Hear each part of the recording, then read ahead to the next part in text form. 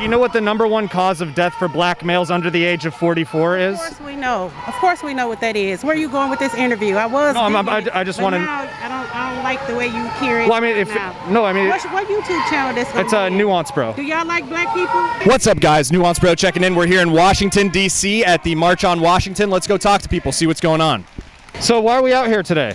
I'm out here to support Black Lives Matter movement, as well as justice for the race of my people, and also just to feel, I guess, the movement, because they've had several demonstrations from where I'm from, and that's from Baltimore, and I didn't participate in that by doing the marches, but in spirit, I was participating. But this time I wanted to come so that I can be arm to arm and face to face with individuals, of different backgrounds, different educational levels, and just to be able to come together with one message, one unified cause, in the hopes that things will change for us. Sure. And how do we bring, first of all, what kind of specific change, and how do we bring about that change? Well, the specific changes is the legislations that causes our people not to be able to, get financing, get housing, because there's so many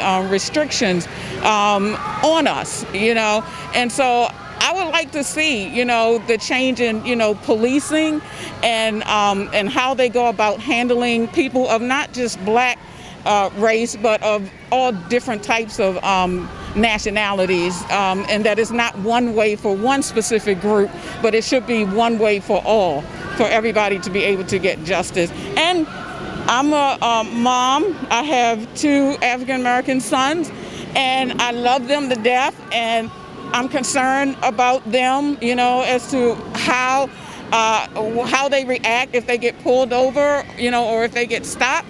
I'm concerned about that. But I also taught them, how to be patient, and how to love. And I raised them up, as Christian men.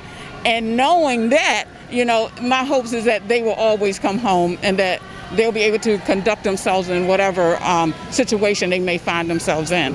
I mean, how many sons do you have? I have 2. 2, and they're what age? One is 24, and one will be 38 in October. Okay. Do you know what the #1 cause of death is for black males under the age of 44 in the United States? Well, I believe, from my viewpoint, that it's kind of like the killing of one another. And that really bothers me as well, because it's like we're marching out here for Black Lives Matter because of something that another race has done to us. But what about what we're doing, for ourselves, or to ourselves, as African American people? But I do know that heart attacks is one of the things that's killing, our race. Above the age of under 44, it's homicides #1. Right, that's #1. But also, we have to be healthy, as well. So I think between the two, yeah, that's those 2 are the #1 causes for our race, to kind of, I don't know. Yeah. Yeah, I mean, yeah, it's hard. It is hard. You mentioned you live in Baltimore, which is one of the most dangerous cities in America. I grew up in Baltimore City, in Emerson Village, and it was a beautiful place. I remember, the streets being lined with fresh grass, and people's lawns. Everybody had flowers and plants and porch furniture. And my dad, is still there. And when I come there, it really saddens me because of what I see now, that the community, has gone so far down, it's unrecognizable. Why do you think that is? I think it is because of poverty, for one thing, and that people just don't have the respect that they used to have for the place that they live. Because if we used to go around, and help our neighbors and clean up, the streets, on our own, without anybody having to tell us, because that was our community and we loved it, But what do you think? Because obviously there was poverty back in the day. There was, all those. What changed? I think what happened is the homeowners, have moved out, And like I said, it's been a long time. Like white flight sort of thing, or? No, I think it's just that the homeowners, have moved out, and we had a lot of renters, came into, the community and kind of, taken over, the area. And it's only like, I know my dad and maybe a couple of other people that I grew up with, or families that I grew up with, are still there. But yeah, I just think that it's a lack of wanting, everything to look good, and peaceful, That's, yeah. I mean, but why do you think those homeowners like moved out of a place like Baltimore? We saw this also in Detroit when people left and the city got destroyed, and they're moving to other places. Like maybe it had to do with like crime and things like that, right? Yeah. Like why do you think people are moving out? I think so. I think the crime levels have gone up. I have since moved out. But I still have my dad there, my home there, where I was raised, and I still go there, But I do think, that crime, has a lot, to do with people, wanting to leave or have left. Yeah. So why are we out here today? So I'm personally here because educational inequity is a really big issue for me. Do you know anything about educational inequity? The differences between education, lower income areas are disproportionately black, and when that's the case, schools operate mostly off of property tax. And when you're in a low income area, obviously the property tax isn't very high, which means schools are not very well funded, which means they don't get the proper supplies or teachers that they need. And ultimately, this leads to a continuation of the school to prison pipeline, which is a really big problem in our society. Sure. So what's like, for example, the spending per capita on like black students versus white students? I don't know. I'm sorry. I mean, that's an important number to know if we want to understand like the scale of, educational inequity, right? Right. So do you have like any scale of like the percentage difference between white schools and black schools? No. I'm so sorry. like no, but as far like so what metric are we working off of here? I don't know. I'm sorry. Is there like an issue that you're like maybe a little bit like more or you want to talk about, or? So I work with an organization called Reading Partners. It basically partners with underserved communities. It works with kids K through 4, grades K through 4, and it works with kids who are below reading level and tries to bring them up to reading level, because if you are below reading level by the time you reach 4th grade, you are like 5 times as likely to drop out of high school than a child who is at reading level. So that's my big thing. And so what kind of policies are we out here to enact or accomplish that you feel like will result in substantive differences for the black community? So first of all, there needs to be more funding for, this is part of what my sign is, the police get enough funding to buy, military grade equipment and weapons and things, which really isn't necessary, at least I think. And if you redirected a lot of that funding towards schools in lower income areas, it would greatly help get more educational equity and, again, help break the school to prison pipeline. So redirected funding. The reason I asked specifically about like the per capita spending is because I've read different studies that say even in some states where they measure the difference between like mostly white schools or mostly like non-white schools and things like that, in many states, even if you just take the state funding from things like property taxes and stuff like that, not even including federal spending from the Department of Education, in many of those states you actually have more funding for the non-white schools than the white schools. Is that like a surprising fact or anything like that to you? Even if you give more funding, it's not always about the funding, it's about teaching schools how to use funding. It's kind of like not all people in lower income areas are taught financial literacy, mostly because generationally they didn't have to be taught financial literacy. I think that can carry over into schools where they might not know where their funding needs to be directed. And you're telling me they couldn't get that the knife from him if he had one? And so they could have they didn't have to shoot, and they're going to shoot him in his back. If he had one, it was that way. He was going to his car. There was no reason for him to be shot. I don't know. Why did you say that? Are you agreeing with that? That he should have been shot because he had a knife in his car? Are you agreeing with it? Am I agreeing Yeah. with it? So why are we out here today? To support the march. All right. And what are we trying to achieve? Justice. And by what means? Like, what are we trying to do specifically to achieve, better outcomes for black people? What are we trying to do? We're trying to demand justice from the people that serve us, from the cops, from our elected officials. And is there any like specific policies or legislation that we're pushing for today? Policies or legislation? Policies or legislation? Because we want to make real differences, right? So we want to talk about defunding the police. Everybody keeps talking about defunding the police, right? And they think that we want them to like dismantle the police, and that's not what they're asking for. They're asking, well, I don't think that it's about that. I think that it's more about providing other services, right? A gentleman gave us these for DC, right? And he said instead of calling the police, you can call like if it's a mental health or if it's social workers. So that's what we're asking for. Social workers, we're asking for jobs, job creation, opportunities for them to quit shipping jobs, like low wage earning jobs or low skilled jobs overseas.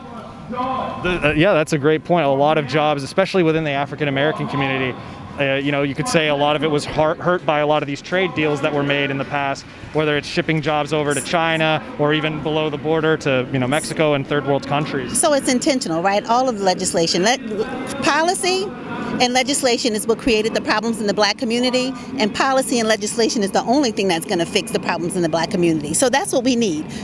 Policy created the white middle class. Create some policy that creates a black middle class, right? That's all that we're asking, right? Is to be treated equally in a country that we worked and developed. Sure. Do you have an example of like a specific piece of legislation or policy that you feel like would achieve that? Would achieve what? What you just said, bringing about more, positive change for the black community in the way you just described. Well, you know what? It's a bunch of policy like redlining and stuff, right? Policy. Well, that one ended a while back. No, that shit didn't. Oh, I'm sorry.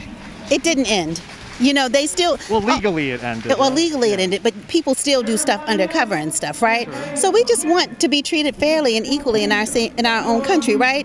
And even, like the other day, President... I never say those two words together. Let me take that back. Trump passed legislation that said that they don't require degrees to work for the federal government, right? Okay. Well, guess what? They never required degrees for people that are white. The degree requirement was for people who look like us, right? To keep us out. Well, guess what? Because black people, like black women especially, are the most educated populace in America, right? Relative, I think that one's a ratio, right? Compared to black men or something. So it's like male to women ratio, black women, like compared to women of other races, so like black ratio. Women are the most educated populace in the country. It depends on how you measure it. Like if it's based on like PhDs or masters per capita, it's not the case. But if it's relative to their male counterparts, yes, that's true. Okay. So, but again, that piece of Trump passed that because guess what? Now, it's just two sets of rules in America. And that's what we want, is for it to change. There not to be two sets of rules, right? Even with policing and stuff, right? With crime bills, they were just talking about that. The fact that black people get longer sentences for the same crimes, right? Back in the 80s and the 90s and stuff, when crack was out, right? They had different sentences for crack than they did for powder cocaine. Because guess what? 94 crime bill and things like that. Yeah. Because people who had crack look like us, right? And so all of the legislation and stuff that they passed in the past, it was really geared towards us, right? Well, wasn't the 94 crime bill supported by a lot of the, black members of Congress as well? Like it was pushed almost really hard by them, especially. Because they didn't know any better. When you know better, you do better. We didn't know any better. They had convinced us that it was bad crime in the African American community, which it was bad crime. But it goes back to all the stuff that we've been talking about. Lack of jobs, lack of opportunity, right? It's not because black people are just criminals or criminal minded, right? But if you ship all the jobs out of the community, you plant drugs in the community, right? All that shit was intentional. So, again, policy created the problems in the black community. Policy is going to fix it. And so that's all we want. We want to be treated fairly in our own country, the country that we built, that our ancestors built. We want policy that fixes some of the issues and some of the ills that it created. We want fair sentencing, for African American. All of that stuff was to imprison African Americans. The 3 strikes rule. I can't even think. It was to create the problems that are existing right now in the African American community, right? And so that's what we want. We want you, the people that are in charge, the people that we vote for, to create policy that helps us, you know, to bring jobs back to America that are low waged, not low wage, but they have low skilled jobs and stuff. And when you start shipping those jobs out of the country, then it hurts people that unfortunately disproportionately look like us, right? So, I mean, you talked about, for example, the crack cocaine disparity when it came to sentencing versus like normal cocaine, powdered cocaine. They also had that for meth, for example, which is a drug that's used almost exclusively, or at least way disproportionately, by white people. They had the same type of sentencing for that as they did for crack. Like, do you think that was racial too? Or? So with the meth thing, you know what? I'm so happy you brought that up, because you know what? They treat it a lot differently than they treat crack cocaine, right? Well, the sentencing in the law was. Well, no, they treated crack like criminal. Like it was criminal, right? But when meth, which is, like you said, not even meth, but all of the, what do you call that stuff? Crystal meth? Not the meth, like the other stuff that you get from the doctors. Opiates? Opiates. Like, it's a huge opiate addiction crisis in America, right? And so now it's a mental health issue all of a sudden because it's white people, right? When it was black people, it was a criminal issue and they were locking black people up. Well, they made meth a criminal issue too. Like, people go to jail for meth. And it was the same sentencing as crack. So I don't know, because I've not followed the meth. Sure. I do know about the opioid crisis. And I know that, you know, again, it's a mental health crisis all of a sudden. But when it was black people using crack, you know, they made it a criminal, you know, lock people up. So you mentioned a lot of like the social things that lead to things like crime, whether it's poverty. I would say even like growing up in a two-parent household, for example, the marriage rates, or at least the single motherhood rates in the black community, have skyrocketed since, you know, the 50s and 60s. Why do you think that is? Is that another thing that you feel like was by design and policy? Yeah, it was policy that created it. How You know, so? when you guys started giving welfare to black mothers and stuff, and you told the black fathers they couldn't be in the house, you know, oh, you can have welfare, you can have Section 8, you can have food stamps, but guess what? Your husband can't be in the house. So yes, it was policy driven. It was policy driven. It was intentional. Everything that these people have done to black people in America has been intentional, and it has been with intent to destroy our community. So yes, it was policy driven. And who are these people? The people that run the country, the government. So you think it's like a bipartisan thing, not exclusively one side or another? I think that it is. I believe that is both sides. I don't trust either one of them. So in the race between Donald Trump and Joe Biden, are you like choosing one side, or are you choosing one side or the other? Like, what are your thoughts on that, given their histories and things like that? Every morning when I wake up, I pray to God that I can pull the lever for Biden. Yeah? Yes, because he is the author of the crime bill. He is the reason that a whole bunch of black people are in jail. I have to pray to God every morning. Trump didn't vote for the crime bill, though. And the Biden was, you know, worked with against segregation. I would rather die than vote for Trump. What do you think about the First Step Act that he passed? What is the First Step Act? First Step Act, it was an act passed. See, a lot of people don't even know the First Step Act. I've never even heard of it. Yeah, so First Step Act, it dealt with like federal sentencing, a lot of it that came from the '94 crime bill, and it reduced a lot of these, or even eliminated in some cases, I believe, the mandatory minimums that involved in a lot of these like drug sentencing and things like that. It was a pretty, like, it was actually praised, I think, even by people like Al Sharpton, as far as like, it was probably the biggest, you know, criminal justice reform legislation in a generation. Trump passed that? Yeah. Oh, is that why he's always saying that he's done more for black people than anybody else? That's one of the reasons, and you've seen some of the people that he's pardoned, a lot of the, you know, black people he's pardoned from, you know, certain crimes or whatever, who now speak in support of him. Okay, so that's one piece of legislation, but we've been in this country for 400 years. It's hundreds of years of legislation that has... But the Democrats didn't pass it when they were in power under Obama, like, but it seems like the Republicans under, you know, Trump passed that major piece of legislation. So again, all of them have passed legislation that has hurt black people. So, is there one in particular that the Trump administration has passed that you take issue with, that you feel like has harmed the black community? No. Okay. No. But Trump is a racist. Every word out of his mouth is racist. He's evil. Yeah. And I think that he's a criminal. I think he's a criminal. Yeah, I mean, they did impeach him over, you know, those alleged crimes and things like that. I think he's a Russian asset, too. I will have that said. I think that he works for the Russians. He's Putin's bitch. So why are we out here today? Just to support the cause. Yeah. Is there any actions we're trying to take to make substantive change? Are there any actions I'm trying to take? I guess in general, what that you support? All of this, everything that's going on out here. But I mean, obviously, we're trying to make like substantive change to create a material difference for people. Is there anything in particular? It's real simple for me. My dad is a black man. My brother is a black man. My nephews are young black men. Is there any like legislation though, like policy? Well, I mean, of course, laws need to change, sis. Yeah, it has to be policy change in order for it to be, substantial or to stick, or for people to be able to carry it out. Otherwise, if there's no policy behind these actions, then we'll be doing it again and again and again. But is there any like specific policy that you support? In terms of what's already on the table or new policy? Any sort of legislation that you would advocate for, or any laws? The John Lewis bill that they have introduced, several that. What is that one in particular? I don't know the name of it. If that's like, what does it do or anything? For the John Lewis bill? Yeah, what does it do in the bill? I don't know exactly what is all in that, if that's what you're asking. But the purpose of it is so that people are able to, they won't have to continue these marches. And so that when there's police who kill black people, then they can be prosecuted and they can be tried and be held accountable for the things that they're doing. At this point in time, black people get killed. The people who killed them continue to walk the streets. Just like what happened to what's his last name? Blake. Jacob Blake. Have the police been arrested? They arrested the young kid who shot in the crowd in the protest, but have the police been arrested? They haven't. So that and George Floyd, even going back to Trayvon Martin, and all the rest. I mean, the police are not held accountable for taking black lives, and that's why we're here. I see you have a shirt. It says, "I can't keep calm. I have a black son, and I will air this out for him." I can't say. But what are the biggest fears for your son that you have?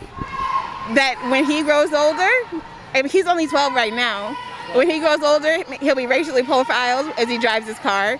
I won't be there to protect him, and he might be the next Trayvon Martin or the next George Floyd just because he's a black man.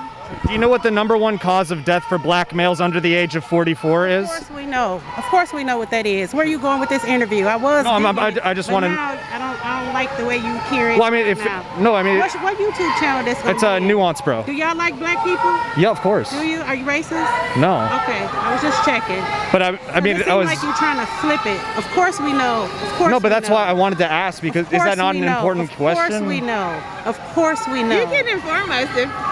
But she says she knows. So. Of course we know. Well, I would like to know what you would say. I mean, it's homicide. Yeah, I mean, homicide's the big deal, because that's not the case for other people. That's why it's such a big deal in the black community. I think it's important. All races are killed by their own people more than others. That's a fact. Oh, I'm not debating that, but I mean, the #1 cause of homicide, for example, for white kids is not. It's white people. No, it's not homicide. It's not the #1 cause under the age of 44. For homicide for white people, it's #1 killer of white people are white people also. Oh yeah, for homicide. But I'm saying the #1 killer, just period, under the age of 44 for black males is homicide. Yeah. For white males, it's traffic incidents. So I was just saying, like, knowing. Statistic. I mean, I understand what you're saying, but racially, I mean, people are near their own race. I agree. Often, yes. So that's why people kill people. Sure, but I mean, even though, like, for example, if 9 out of 10 is like a statistic, that's 90%. I think we should also talk about the disproportionate rate of how black men are killed by police, if you want to talk about that. Sure. Do you want to talk about that? Would you like to? Let's do it. Yes, absolutely. So, black males are killed by police officers. Do we know, like, what per capita they're killed at? I don't know those facts off the top of my head. I'm a social worker, but not that type of. I'm a clinical social worker for mental health. You guys probably saw the Washington Post article where they laid it out as far as different statistics between, like, black males and white males. I've seen a couple of graphics. Yeah, I think they're killed at a rate 2.5 to 2.6 times higher than white males by police officers. That's total. A little bit different when it's unarmed as well. Why do you think that is? And I can't tell you. I would just say proximity. I mean, it's a bigger deal than most. But I mean, if you and I are together more, then the anger you might have might be taken out on me more, right? So you're saying because police are in interactions with black people more often because they're put in those areas, they're going to disproportionately kill black people. That could be part of it. Absolutely, it could be. Yeah, I mean, we know. Or it could be that there's a fear of black men among police officers or among, different, because it's not just white police officers who kill black people, but police officers, people get a power behind the badge and it comes out in their actions, and they don't always take their protocol seriously, or they forget about it under pressure, or whatever it is. There's a whole lot of factors. I think that's why a lot of people they come out here and they say, look, it's not even like a white versus black thing. It's like we're against the system. It's a good versus evil, period. Yeah. Good versus evil. There are good people and there are evil people. And then there's when people get that power or that authority, that can take a good person who went into law enforcement with good intention, and then the pressure of whatever is happening in that precinct or whatever else, then they carry it out too, for fear of what might happen to them within. Yeah, with respect to what you said, as far as it's not just like white police officers, black and brown. Sure, there's something to the badge. I think even like the black and brown officers are more likely to kill black suspects than even the white officers. I haven't heard that. Yeah. I don't see black officers with their knee on black men's neck on TV. But there was a brown officer who was present in the George Floyd, who was protecting the white officer who had his knee on the neck by not letting other people interfere with it. And he was a brown man. And I don't see black officers shooting black men in the back 7 times either. At least, I'm not saying that it's not happening, but that's not what you see on TV. But we also have to be mindful that, sometimes I think this is a political year. Yeah. So all these things that are happening, I feel like there's someone who wants it to happen so that it benefits their agenda. Interesting. Yeah, you feel like that's on the side of the Republicans or the Democrats? I feel like it's on both sides. Same bird, I think different wings.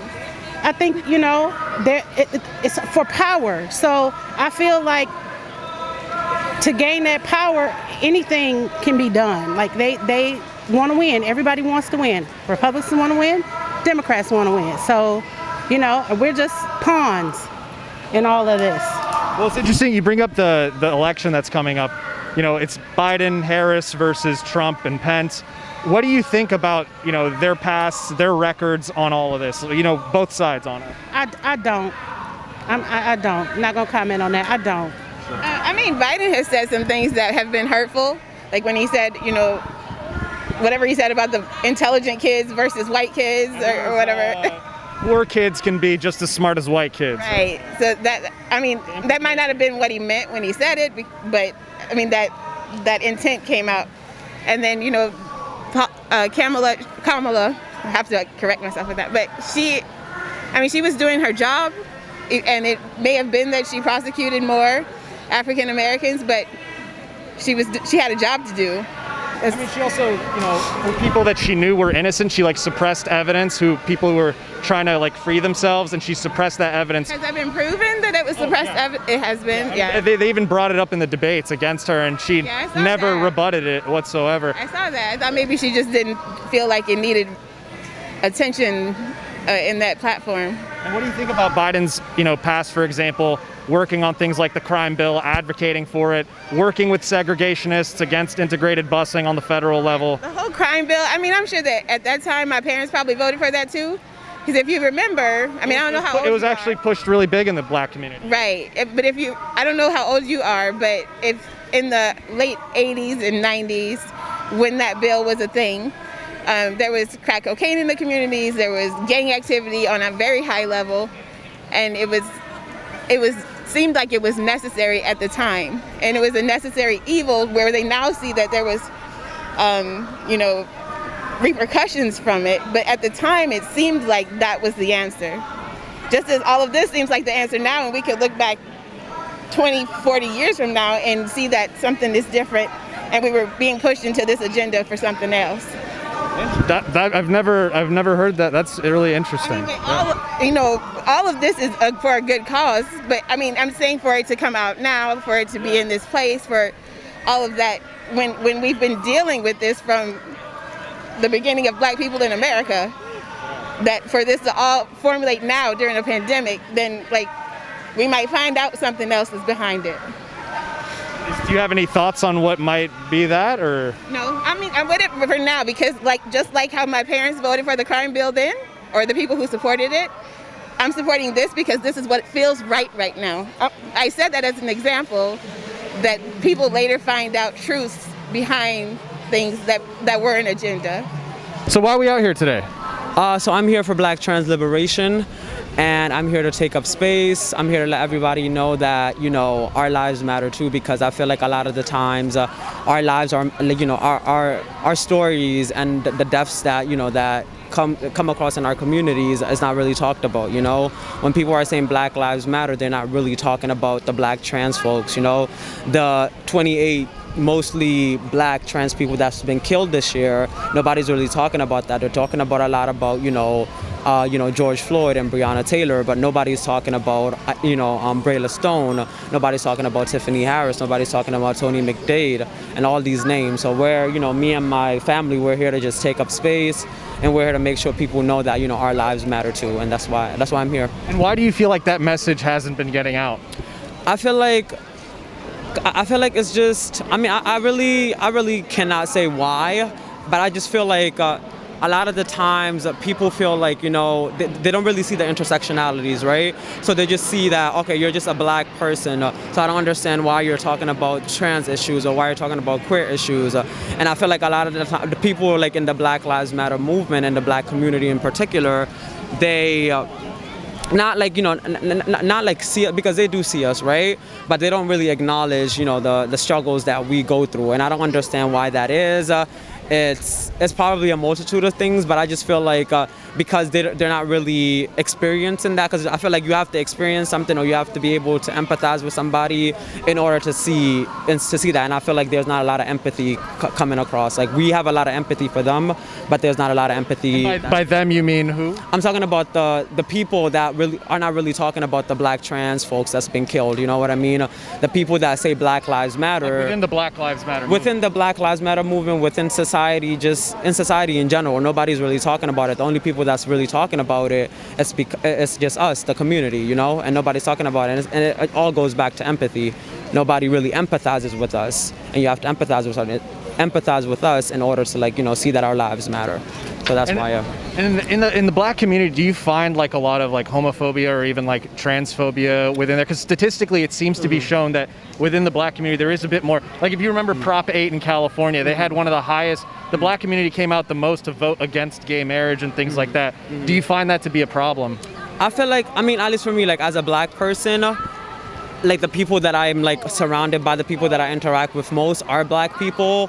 So I experience transphobia because I'm a trans person. I experience transphobia. I experience homophobia from Black people. But that's not to say that Black people are the most, transphobic or homophobic people. But when I'm talking about the Black experience. Like, I'm talking from a Black experience. So that's why people feel like probably people will feel like the Black community is more, quote unquote homophobic.